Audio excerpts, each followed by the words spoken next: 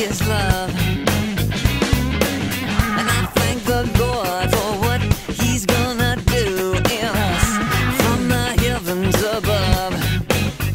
They're going to do a dual room, so if you can kind of look up, you might not be able to see him great, but he's going to talk loud and they just have some announcements. But on behalf of the family, thank you guys for being here.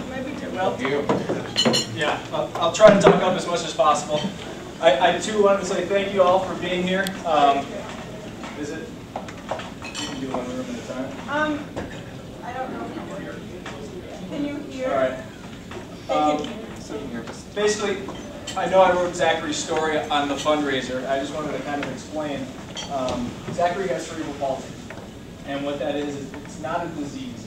It's brain damage. He had physical birth, and he was born premature at 3 pounds 7 ounces, and he also wasn't able to properly breathe until about an hour after his birth, where he was properly intubated. And the brain damage, what it does is it affects his motor control, and he might want to say, you know, physically, I want to lift up my hand and keep an object in my hand, but the brain automatically, when he lifts his hand, it opens. That's just one response. It also affects him as a condition called spastic quadriplegia, and that means all 4 limbs are affected. He's hypertonic, which means his muscles are very, very stiff. He's a little loose right now, and that's because we got him a Botox treatment a couple months ago, and I'll explain that. But before that, his arms would be really stiff and locked out and twisted, and his feet, the same thing. His toes would actually point down, and if you watch the video, there's a part where I have him, and his legs are just locked, and even on his tippy toes, they just won't bend. So this is why we have orthotics for him. What they do is there's a hard plastic piece underneath the Crocs, and they keep his feet straight so that he can be flat foot and able to stand and then able to walk in his walker. They keep him at 90 degrees. Now, the Botox I had mentioned, it sounds kind of funny because we all know that it's used for cosmetic purposes now, but it's been used on kids with CP for quite a while. What it does is it relaxes the muscles, so in him it helps him to be able to use his muscles properly. It helped him to twist out his arm so it was regular. Right now it's wearing off, so he's going a little bit back. And it helped him to relax his calves and his thumbs as well. It's so that while we're doing, when that is active in the system, we do really aggressive physical and occupational therapy to train opposing muscles that are not as strong to be able to overpower the really strong muscles when the Botox isn't active in the system. And a couple other things that we have to do. It sounds weird, but we just have to teach him how to be a baby. Because he can't walk and explore and crawl around on his own yet, he's developed sensory issues. I mean, normal kids that can walk around and touch things and explore and feel things, but he can't really do that. So, you know, if he touches something that's sticky or slimy, it's really weird to him, and he doesn't want to do it. So we have what we want him to. So we integrate that. We have a storage bucket at home where we're filled with dry rice and beans, and we let him play in that. You know, yesterday, just for example, I took him out in the dry leaves to get him used to that, and it's teaching him all the little things that he would learn on his own. We're also getting him therapy. We're getting him physical therapy and occupational therapy. The physical helps him with the gross motor skills, the crawling, walking, the big things. And then occupational helps him with the fine motor skills, like pinching things, or holding on to objects, manipulating. We are doing music therapy, where you go ahead and explain.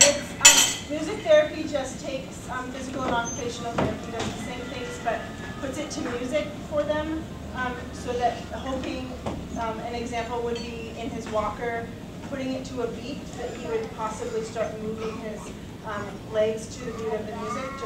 It stimulates other parts of the brain. And you never know with brain damage what other areas might be more enhanced.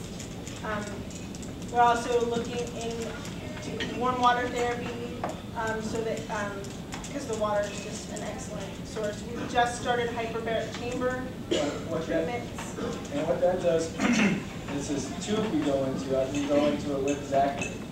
And it's an enclosed one. and it increases the atmospheric pressure to about 4 pounds per square inch. And those are used for diving. So if you came up too fast from diving and you had bubbles in your blood called the bends, you go into hyperbaric chamber. This is the same kind of thing, and what it does, it helps his blood at this atmospheric level. It helps it absorb and saturate more oxygen.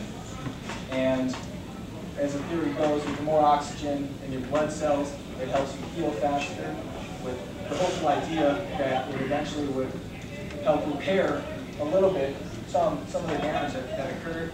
We're just helping. We've heard great things about it, and we're going to document it as we go. We bought 60 sessions to do.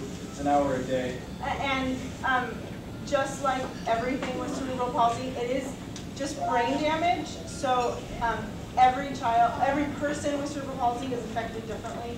So that's why with like doing the hyperbaric chamber, there's no guarantee that it will do anything for him, or that it could look like he's cured. Like there have been people who look like they don't. Their brain damage is not fixed, but the symptoms may be so decreased that you don't even notice anymore, or it could do absolutely nothing for him. So these are all things that could possibly be beneficial that we just want to try anything and everything for him so that he can have that quality of life. We're gonna be aggressive in his treatments at this young age. A very critical time between 0 and 3 years to teach him these kind of things, and we just want him to have the best quality of life possible, and that's what we're going after. Okay, we're going to have someone speak about these buttons that we're wearing in this amendment, but before we do that, I just want to let everyone know for the silent auction, because we have to be out of this big area out here by 9:30, the auction will close. I was going to say 9:15. About 9:15 after we're done speaking about the amendment. So you'll have about 10 minutes after that, and then we'll close out all the Thank the Lord for the joy that He has given to me, 'cause now I know that I am really set free.